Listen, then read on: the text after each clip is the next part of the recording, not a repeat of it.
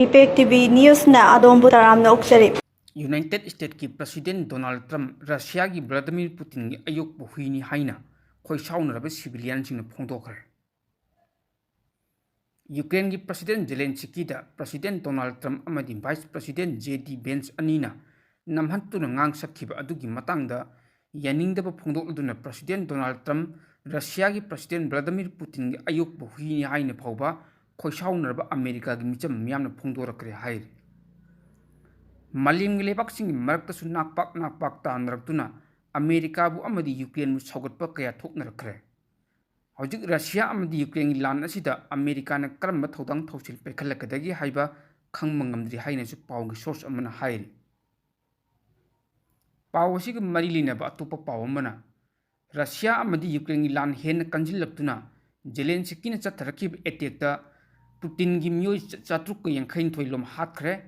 किरिस्टामन Ukraine मपुंग फाना सवतखरे higher.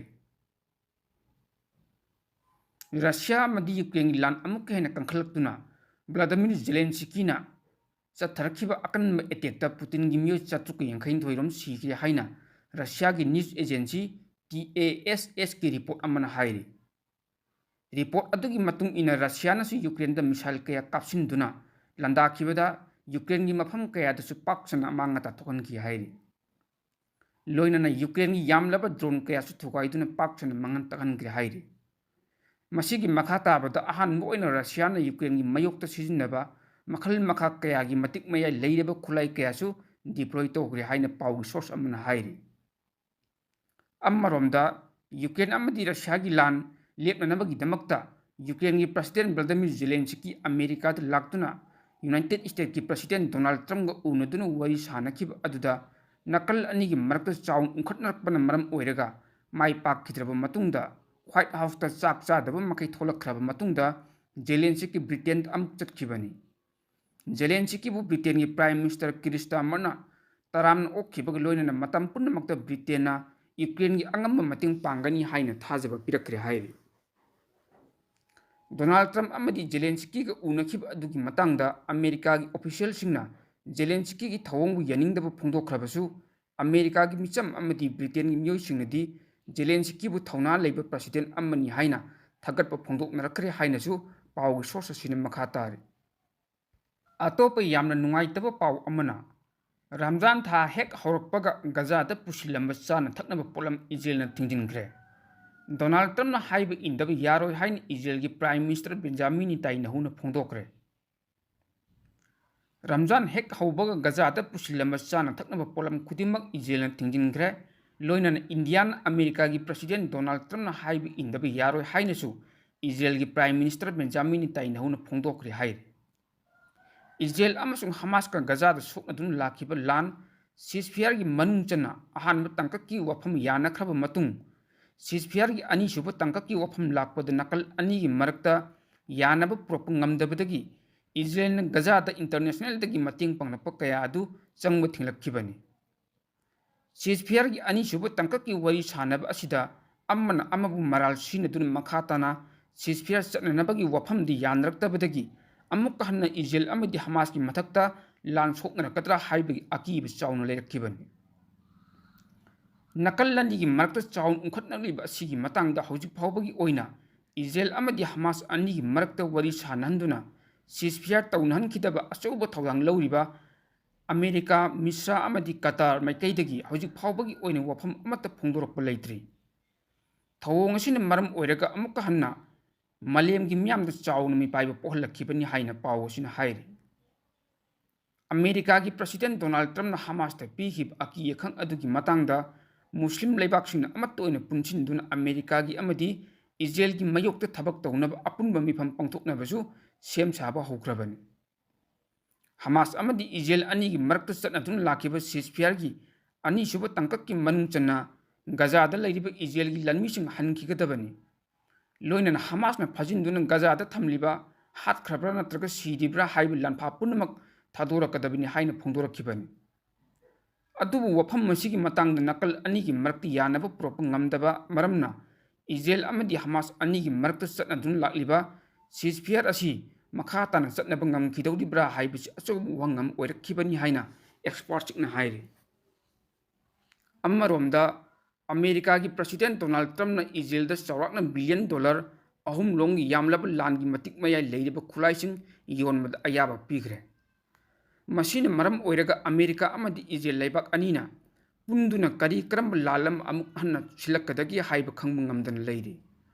थवोंगसिंग असिना ख्वाइदगी chown अवाब नंगलिबदी गजादा लेरिब Mitcham मियामनि हाइनसु पाउगी source असिन मखा तारे अतोप पाउ अमना ईरान की सुप्रीम लीडर अयातुल्ला मपांगल अमुक हेन कंखलक्रे हाइरे ईरान की सुप्रीम लीडर अयातुल्ला की मपांगल अमुक हेन कंखलक्रे लेबाक असिगे प्रेसिडेंट मसूद पेजेस्कियान लेरबसु अयातुल्ला की मचिन चप ngamदन लाखिबन प्रेसिडेंट मसूद पेजेस्कियान लेना ईरान दा हानदगी हौना सुप्रीम लीडर अयातुल्ला की वाता दुन लाखिबनी हौजिक मक्सु लेबाक असिदा अमेरिका अमदि इजरायल मतम अमद हेक्टर लांदारक्तुना न्यूक्लियर प्लांट थुगाइरप याबगी अकीब लेब मरमना हौजिकतगी हौना लखटप याब चेक्सिन थौरंग कयासु लखटप हौग्रे ईरान दा हौजिक न्यूक्लियर की खुलाई साब ngamननब यामना कन्न होटनरिबनी अदुबु इजरायल अमदि अमेरिका ना ईरान बु न्यूक्लियर की खुलाई लेतब लेबाक अम ओइननबा यामना कन्न होटनरखिबनी हाइनसु पाउगी सोर्स असिन मखा तारे नकल मरोमदा गजा रिकंस्ट्रक्शन प्लान सेम साब लोइरे फेज 2 हौनब सिलगनी हाइन इजिप्ट न फोंदोखरे इजिप्ट की फॉरेन मिनिस्टर बदर अब्देलितैना ngasi फोंदोरखि वफंगी मतुंग इना इजिप्ट न सेमगतप गजा रिकंस्ट्रक्शन प्लान अदु लोइसिलकले लोइनना हमास अमसुंग पैलेस्टाइन की मरक्त लेरिब सीजफायर अहानब तंकक लोइसिलकलगा अनि सुब तंकक हौननब कन्न होटनरगनी हाइरे गजा रिकंस्ट्रक्शन प्लान असी पैलेस्टाइन चिंग मखोई मरमदमदा अदुमुक लेहन्नब वफमसु याउरी हाइरिब प्लान असी था असिगी तांग मरीदा पांथोकदौरिबा इमरजेंसी अरब समिट पुथोकदौरिबनी पनबा याई अरब लेबाकसिंग यूएस की प्रेसिडेंट डोनाल्ड ट्रम्प न गजा लौसिलगा पैलेस्टाइन मचासिंग थंगनब लेबाकसिंग लेहनगनी हाइब वफम अदु याखिद्रबनी लान थेंगनरि मफम अदुदा स्टेट अनि थंबगी सोल्यूशन पुखत्तुना अरब लेबाकसिंग मतम सांगनदगी होटनरखिबनी हंतक गजा रिकंस्ट्रक्शन प्लान असी इजिप्ट न पुथोरलिब मओंग असी इजिप्ट नत्रग अरब लेबाकसिंग ओइब टॉप टॉप प्लान नत्ते मसी मालेमगी ओइब अतोप लेबाकसिंग दगी मतेंग फंगदुना फनगी मतंगदा कानब लाक्तुना माइ पाकना थबक हौनबा पांथोप ngamगदौरिबनी हाइना फॉरेन मिनिस्टर अब्देलितीना मखातान फोंदोखि अरब समिट करिगम प्लान असी थबक ओइना पांथोपदा अयाब लेक्लबदी मरु ओइब donor लेबाकसिंगी यामना कुपना worry सादुना थबक ओइना पाइखतपै खोंथांग चथगदौरिबनी Matang असिदा European union की माइकैदगिसु चाउना मतेंग फंगनी हाइना थाजनरी सीजफायर की अहानब तंकक लोइखब मतुंग अनि सुब तंकक मपुंग फानब होटनगनी हाइनसु पाउगी सोर्स असिन मखातान फोंदोकले अतोप पाउ अमना जेलेंस्की गा उंखटनखिब अदु अहानब नत्ते हाइना रिपोर्ट अमना हाइरे अमेरिका की व्हाइट हाउस दा डोनाल्ड ट्रम्प यूक्रेन की प्रेसिडेंट व्लादिमीर जेलेंस्की गा उंखटनखिबगी थौदोक अदु अहानब नत्ते डोनाल्ड ट्रम्प मलेमगी लुचिंब कयागा व्हाइट हाउस मनुंगदा उनखिब मतमदा उंखटनबगी थौदोक वथोक कया लेप्प लेतना थोखै हाइना रिपोर्ट अमना हाइरे रिपोर्ट असिगी मतुंग इना डोनाल्ड ट्रम्प अमेरिका की अनियक सुब प्रेसिडेंट हेक ओइरकपगा मलेमगी लुचिंब तरेट इंडिया की prime minister Narendra Modi Israel की prime minister Benjamin Netanyahu France की प्रेसिडेंट मैक्रोन जॉर्डान की निथौ अब्दुल्ला जापान की प्राइम मिनिस्टर इशिबा अमदी यूक्रेन की प्रेसिडेंट जेलेंस्की गा उनखरे लुचिंबसिंग असिगा उनखिबदा जेलेंस्की खक्त नतना फ्रांस की प्रेसिडेंट मैक्रोन अमदी जॉर्डान की निथौ अब्दुल्ला गासु यामना चाउन उंखटनबग लोइनना धमका फाव तौनकी हाइनसु रिपोर्ट असिन मखा तारे मियामदा मतम मतम इपाउसिंग शेयर तौदुना मियामगी मिटनाकोंग ओइहल्लिबा इपाक टीवी न्यूज़ हाइबा न्यूज़ नेटवर्किंग यूट्यूब चैनल अमदी एपी पेज असिबो अदोमना लाइक शेयर कमेंट फॉलो अमदी सब्सक्राइब तौबिदुना तुंग कोइना मियामगी सेवा तौब ngamnanaba सपोर्ट तौबियु हाइजरी।